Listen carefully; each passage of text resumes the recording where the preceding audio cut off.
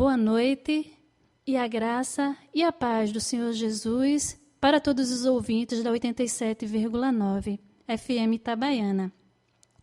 E nesta noite, nós não iremos fazer a exposição de um texto, mas de um tema baseado na Palavra de Deus. Vamos falar sobre alguns aspectos da salvação, mais especificamente o arrependimento, a fé e a conversão. Mas antes de adentrar nesses aspectos da salvação, nós precisamos fazer algumas considerações. A soteriologia, que é uma parte da teologia que estuda a salvação da humanidade, a redenção da humanidade em Cristo Jesus, apresenta a salvação tanto como ato como processo. Isso parece antagônico. Porém, a existência de duas proposições ou verdades aparentemente contraditórias, conflitantes na teologia, chama-se antinômio. Mas o antinômio consiste na aparente contradição e conflito de duas proposições, porque, de fato, essas proposições são pacíficas e se harmonizam. A salvação como ato, ela é definitiva, uma realidade concretizada na vida daquele que foi alcançado pela redenção de Cristo. Nós podemos observar isso no Evangelho do Senhor Jesus, escrito pelo médico e historiador Lucas, no capítulo 7, versículo 50, quando ele diz que Jesus disse à mulher: a tua fé te salvou, vai-te em paz. E aqui o Senhor Jesus ele diz isso a uma mulher pecadora, que a fé dela evidencia a salvação que alcançou naquele momento, como um ato. Já a salvação, como um processo, está em desenvolvimento. E na carta aos Romanos, no capítulo 8, os versos 29 e 30, a palavra de Deus nos diz: porquanto aos que de antemão conheceu, também os predestinou, para serem conformes à imagem de seu Filho, a fim de que ele seja o primogênito entre muitos irmãos. E aos que predestinou, a esses também chamou. E aos que chamou, a esses também justificou. E aos que justificou, a esses também glorificou. E nós observamos nesse texto algumas etapas da salvação: a predestinação, a justificação e a glorificação. Portanto, nós podemos dizer de forma simples que tanto a salvação como o ato, ou seja, ela definitiva, uma realidade já concretizada, que se dá na esfera da presciência de Deus, sendo Ele conhecedor do passado, do presente e do futuro, Deus sabe exatamente os que serão salvos de fato.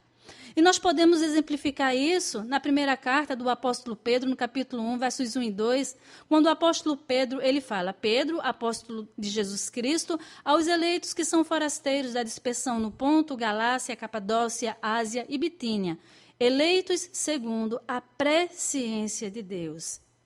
E o termo presciência, que origina-se do grego, carta, idioma em que foi escrito a carta, o Novo Testamento, e especificamente essa carta do apóstolo Pedro, vem do termo prognoses, que no nosso idioma, no português, deriva-se o termo prognóstico, que significa conjectura e previsão. Porém, o termo prognoses, no grego, que significa presciência, significa um conhecimento prévio, de antemão. Não é uma mera previsão, mas um conhecimento de fato e dos fatos. Já a salvação como processo, ou seja, que está em desenvolvimento, essa se dá na perspectiva humana, que é limitada, e observa de forma processual o desenvolvimento da salvação. E nós podemos exemplificar ela como processo, a salvação como processo, no livro dos Atos dos Apóstolos, no capítulo 26, nos versos 17 e 18, que diz: livrando-te do povo e dos gentios, para os quais eu te envio, para lhes abrir os olhos e os converteres das trevas para a luz e da potestade de Satanás para Deus, a fim de que recebam eles remissão de pecados e herança entre os que são santificados pela fé em mim. E aqui nós observamos algumas etapas da salvação: a conversão, a remissão de pecados, que é a justificação, e a santificação. Portanto, entendendo a salvação tanto como um ato, como processo, ela é necessária para o ser humano, a fim de resgatar o ser humano pecador distante de Deus, o ser humano pecador das trevas para Deus. Mas alguém pode dizer: alguém pode pensar, eu sou uma boa pessoa, eu faço caridades, eu não roubo, eu não mato, eu não faço mal às pessoas. Ainda assim, nós, todos nós, precisamos da salvação do Senhor Jesus. O pecado que teve origem no mundo angélico, no mundo dos anjos, e os livros dos profetas Isaías e Ezequiel, mais especificamente o capítulo 14 do profeta Isaías e o capítulo 28 do livro do profeta Ezequiel, nos traz evidências desse fato, de que o pecado teve origem entre os anjos. Mas esse pecado ele chegou e alcançou a raça humana. E no capítulo 3 do livro Gênesis, nos é apresentado a queda, o afastamento, o início do pecado da raça humana. E o ser humano, que foi criado num estado de perfeição, mas não de forma que não pudesse pecar, ele foi criado como um ser livre, tendo que fazer uma escolha fundamental: viver submisso à lei de Deus ou viver fora da lei de Deus. E quando Adão ele foi colocado à prova, ali no Jardim do Éden, não que Deus não soubesse a escolha de Adão, Deus ele não foi pego de surpresa, mas ele que criou o homem, ele que criou o ser humano no estado de perfeição, ele sabia que esse homem iria escolher desobedecer. Porém, Deus já tinha tudo projetado, tudo planejado em Cristo para resgatar e para salvar. E aquela decisão errada de Adão só nos prova que nossas escolhas elas são erradas, imperfeitas, pecaminosas, sendo feitas por nós mesmos. A decisão errada de Adão nos prova que dependemos de Deus para fazer escolhas corretas e que somos totalmente dependentes dele. E assim Adão e Eva, de um estado que poderia não pecar, passaram para um estado onde não poderia mais não pecar. E a partir da decisão errada, o germe do pecado se instalou na natureza. E essa inclinação pecaminosa da natureza humana é o pecado original, que se deu a partir de Adão e tornou-se comum a todos nós, a toda a humanidade. O pecado chegou a todos nós porque Adão, como cabeça natural da raça humana, ele é o pai natural da humanidade. E assim, como um pai biológico passa características genéticas, nós somos influenciados pela hereditariedade dos nossos pais, ou seja, nós recebemos caracteres físicos e morais dos nossos pais. Dessa mesma forma, nós recebemos de Adão, o pai da humanidade, a herança do pecado. E do ponto de vista orgânico, natural e vital, toda a humanidade estava em Adão quando ele pecou. E a carta aos Romanos, no capítulo 5, versículo 12, nos diz: portanto, assim como por um só homem entrou o pecado no mundo e pelo pecado a morte, assim também a morte passou a todos os homens, porque todos pecaram. Na carta ainda aos Romanos, no capítulo 3, versículo 23, a palavra de Deus nos diz: porque todos pecaram e carecem da glória de Deus.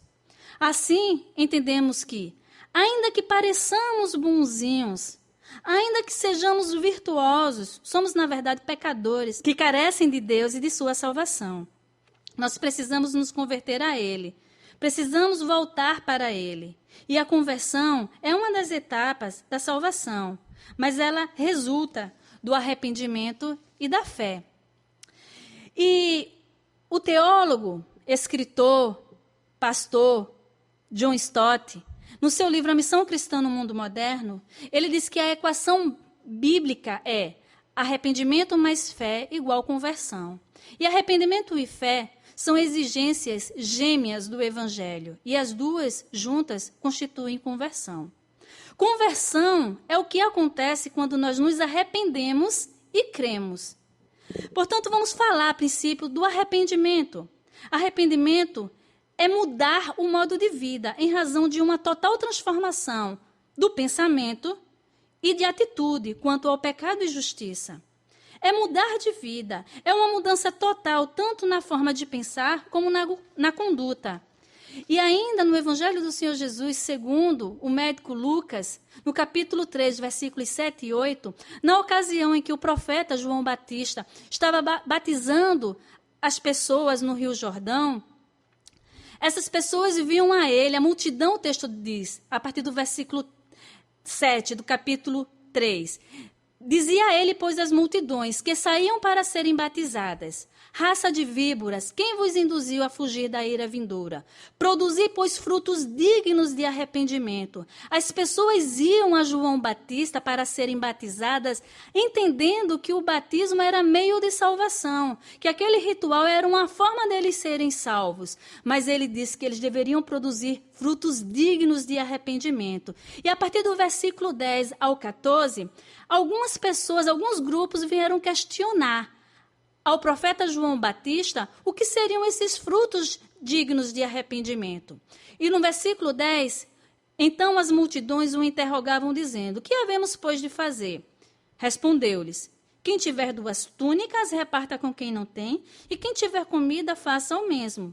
Foram também os publicanos para serem batizados e perguntaram-lhe: mestre, que havemos de fazer? Respondeu-lhes: não cobreis mais do que o estipulado.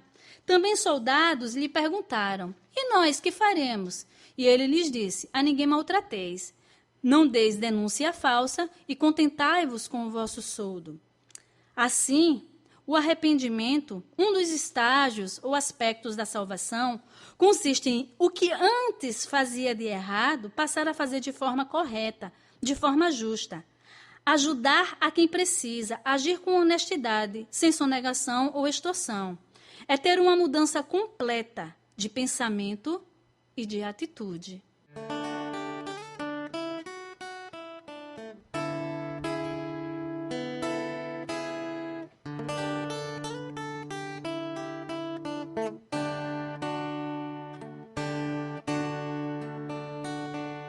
Quero voltar ao início de tudo, encontrar-me contigo, Senhor.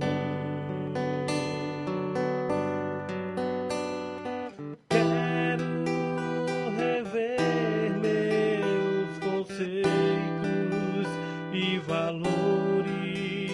Eu quero reconstruir, vou regressar ao caminho, vou ver as primeiras obras, Senhor. Eu me arrependo, Senhor, me arrependo, Senhor, me arrependo, Senhor. Eu quero voltar ao primeiro amor, ao primeiro amor. Eu quero voltar a Deus. Eu quero voltar ao primeiro amor, ao primeiro amor. Eu quero voltar a Deus. Nós devemos rever nossos conceitos e valores e convertê-los à vontade de Deus. Assim, entendendo que o arrependimento é uma mudança, uma transformação no modo de pensar e no modo de agir, passamos então para entender o que é fé. Fé é confiança, é crer a ponto de ter segurança total, é acreditar. E na carta aos Hebreus, no capítulo 11, versículo 1, a palavra de Deus nos diz: ora, a fé é a certeza de coisas que se esperam, a convicção de fatos que se não veem. O teólogo Luiz Berkoff, ele apresenta alguns tipos de fé na sua obra Teologia Sistemática. Mas eu destaquei, para nós estarmos falando nesta noite, 3 tipos de fé que ele traz. Primeiro, eu gostaria de falar da fé histórica, que é resultado de uma tradição, de uma educação, do costume de um grupo, o qual alguém está inserido. Trata-se de uma herança cultural. A fé histórica, ela não está arraigada no coração. E ela é desprovida, ela é vazia de propósito moral e espiritual. Essa fé vazia, oca, meramente costumeira, por conveniência, é uma fé vã. E na primeira carta aos Coríntios, no capítulo 15, versos 1 e 2, o apóstolo Paulo ele diz: Irmãos, venham lembrar-vos o evangelho que vos anunciei, o qual recebestes e no qual ainda perseverais. Por ele também sois salvos, se retiverdes a palavra tal como vos-la preguei, a menos que tenhais crido em vão. Se o evangelho do Senhor Jesus ele não for vivido, praticado, entendido, tal como o apóstolo anunciou, pregou e ensinou, a fé é vã. Um outro tipo de fé é a fé temporal, que se baseia na vida emocional e na satisfação pessoal. Não é uma fé permanente, pois ela não se mantém nos dias de provação e perseguição. No Evangelho do Senhor Jesus, segundo o apóstolo Mateus, no capítulo 13, versos 20 e 21, o Senhor Jesus ele diz que o que foi semeado num solo rochoso, esse é o que ouve a palavra e a recebe logo e com alegria, mas não tem raiz em si mesmo, sendo antes de pouca duração, em lhe chegando a angústia ou a perseguição, por causa da palavra, logo se escandaliza. O texto aqui se refere àqueles que ouvem, que recebem a palavra de Deus com alegria e entusiasmo. Porém, a fé desses não tem raiz. Ela não é arraigada, ela não é fundamentada verdadeiramente. Trata-se de simples empolgação, porque quando chega os momentos difíceis, esses se abatem e deixam de crer. É uma fé de pouca duração. Mas eu quero chamar a sua atenção para esse terceiro tipo de fé, que é a fé verdadeira, a fé salvadora. E essa fé, ela não depende de circunstâncias favoráveis. Ela é permanente, mesmo em meio às dificuldades. A fé verdadeira, ela transcende a visão humana, que é limitada. A fé verdadeira transcende as coisas deste mundo e enxerga além desse plano material. O apóstolo Paulo, ele exemplifica bem essa fé salvadora, essa fé verdadeira, quando ele registra a sua experiência na segunda carta aos Coríntios, no capítulo 4, versos 16 e 18, mostrando que ele tem essa fé. Quando ele diz, por isso, não desanimamos. Pelo contrário, mesmo que o nosso homem exterior se corrompa, contudo, o nosso homem interior se renova de dia em dia. Porque a nossa leve e momentânea tribulação produz para nós eterno peso de glória, acima de toda comparação. Não atentando nós nas coisas que se veem, mas nas que se não veem. Porque as que se veem são temporais, são passageiras, e as que se não veem, essas sim são eternas. Essa é a fé verdadeira, uma fé incircunstancial que vislumbra as promessas de Deus.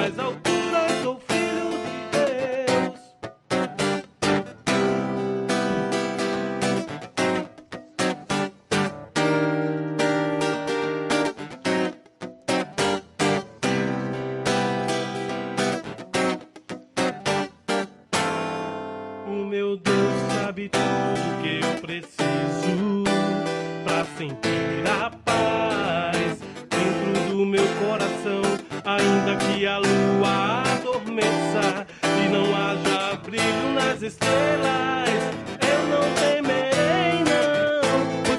para além das nuvens.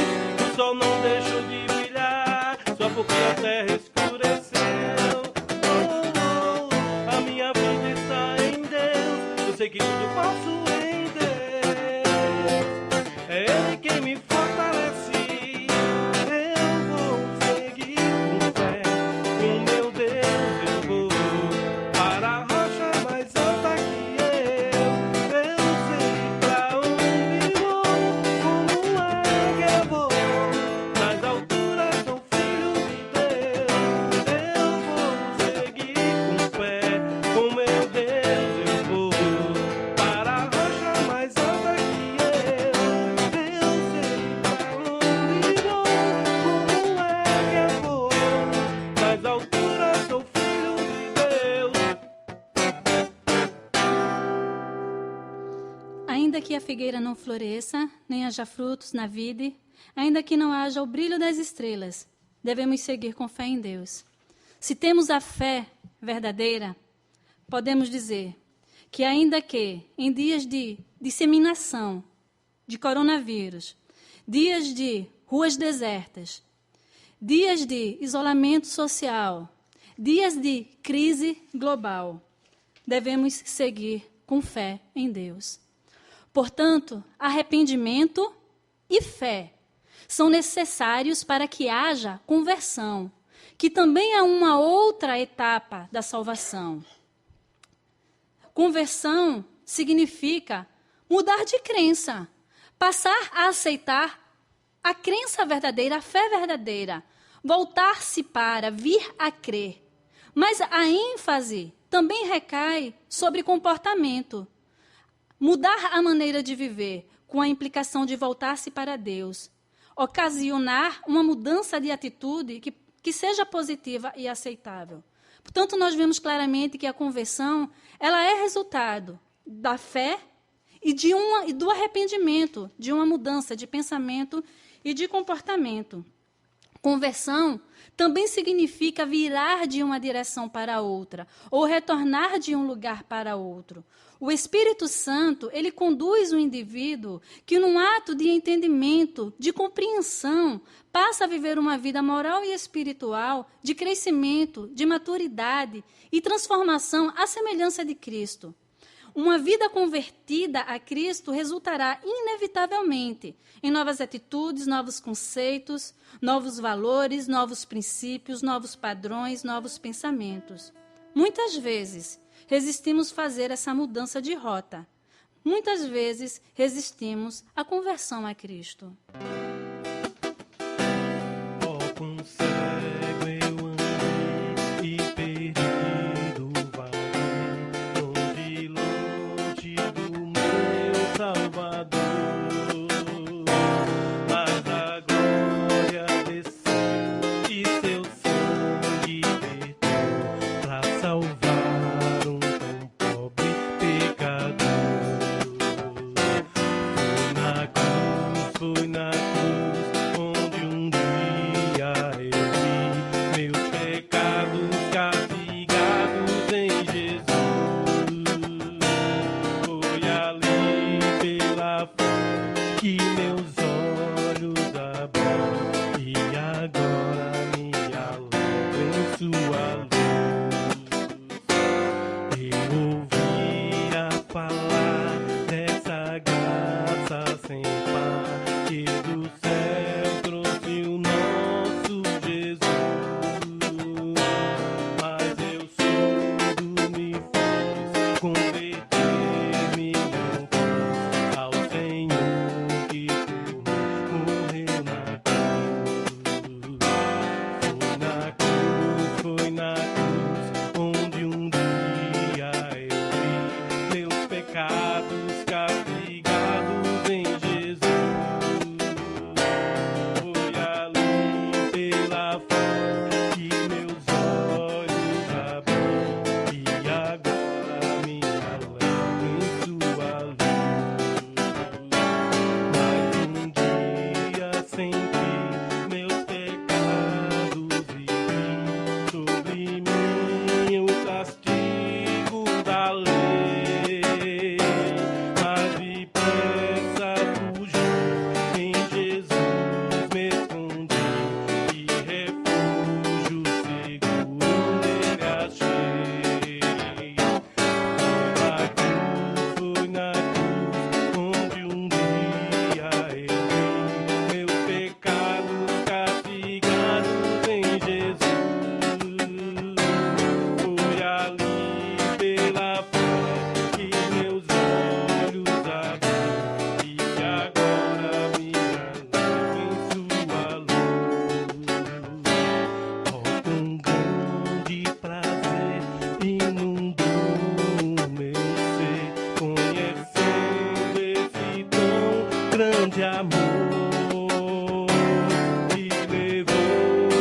Jesus a sofrer numa cruz para salvar um pobre pecador.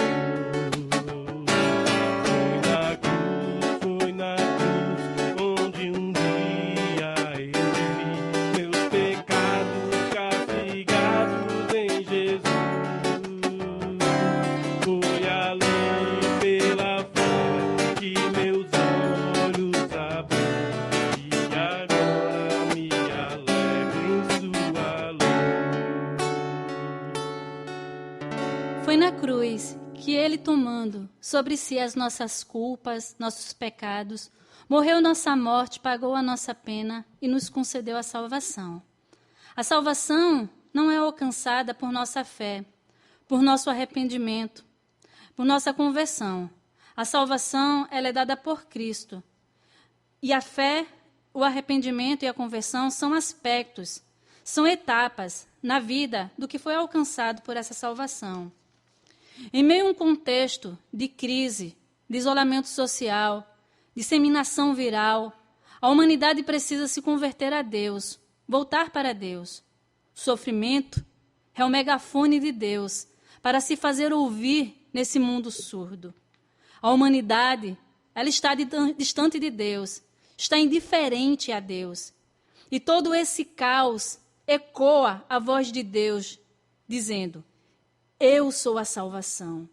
Não a salvação simplesmente para o caos social, mas a salvação para a eternidade. Tudo o que está acontecendo é previsto na palavra de Deus.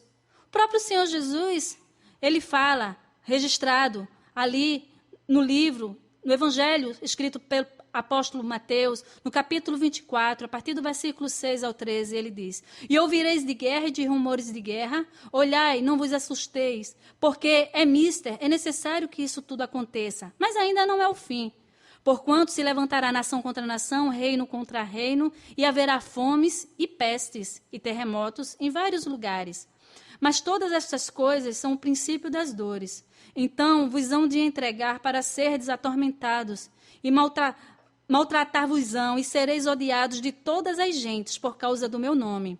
E esse texto aqui se refere à perseguição sofrida pelos cristãos, o que a mídia não mostra. No versículo 10 ele continua dizendo: nesse tempo muitos serão escandalizados e trair-se-ão uns aos outros, e uns aos outros se aborrecerão, e surgirão muitos falsos profetas e enganarão a muitos. Aqui ele se refere a muitos que se dizem pastores e apóstolos, mas não passam de mercenários da fé, pois não pregam nem vivem um verdadeiro evangelho. E ele continua no versículo 12: e por se multiplicar a iniquidade, o amor de muitos esfriará, mas aquele que perseverar até o fim será salvo. Deus, ele não é pego de surpresa, e aqueles que conhecem a sua palavra não estão sendo pego de surpresa. A solução para o caos está em Deus. Ele está no controle da situação, mas lembre-se, que a salvação ela vai além do caos social. Deus, ele tem salvação para a nossa alma, se nos arrependermos, crermos e nos convertermos a Deus.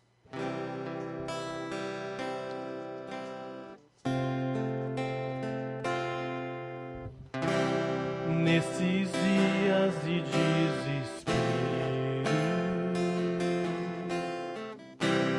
incerteza e medo há, em uma salvação eu creio em ti,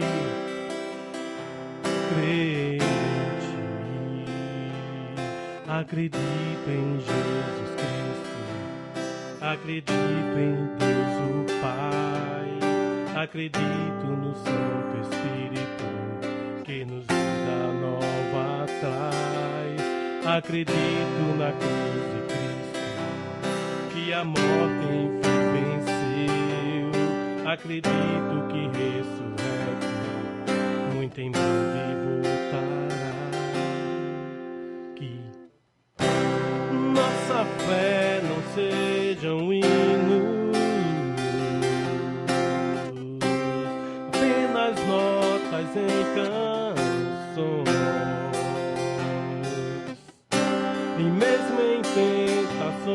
e fraco, creio em ti. Creio em ti, acredito em Jesus Cristo, acredito em Deus o Pai, acredito no Santo Espírito, que nos vida nova traz, acredito da cruz de Cristo, que a morte enfim venceu, acredito que ressurreto, muito em breve voltará, o perdido encontrou perdão, pois agora que o amor venceu, que a igreja viva esse amor. Creio em ti,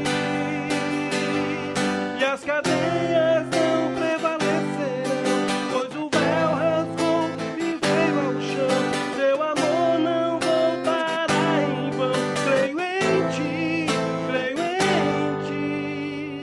acredito em Jesus Cristo, acredito em Deus o Pai, acredito no Santo Espírito, que nos vida nova traz, acredito na cruz de Cristo, que a morte enfim venceu, acredito que ressurreto, muito em breve em breve voltará, em breve voltará.